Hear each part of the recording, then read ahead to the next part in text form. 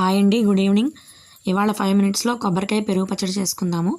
కావాల్సిన పదార్థాలు: ఒక కప్పుడు కొబ్బరి కూరు, అదే కప్పుతో కప్పుడు ఇంకొంచెం పెరుగు, శనగపప్పు, మినపప్పు, ఆవాలు, ఎండుమిర్చి, 2 పచ్చిమిర్చి, కరివేపాకు, ఇంగువ. ముందుగా మనం తీసుకున్న పెరుగులో మనం తీసుకున్న కొబ్బరి కూర వేసుకొని బాగా పెరుగులో కలిసేట్టుగా కొబ్బరి కూరని శుభ్రంగా కలిపేసుకోవాలి. కలిపేసుకున్నాక అప్పుడు దానికి మిగతా ఇంగ్రీడియంట్స్ వేసుకుంటాం అనమాట. ఇలా శుభ్రంగా కలిపేసుకున్నాక మనం తీసుకున్న కరివేపాకు కూడా వేసేసుకొని, అలాగే మనం తీసుకున్న పచ్చిమిరపకాయలను ఇలా ముక్కల్లా చేసుకొని వేసుకొని బాగా కలిపేసుకోవాలి.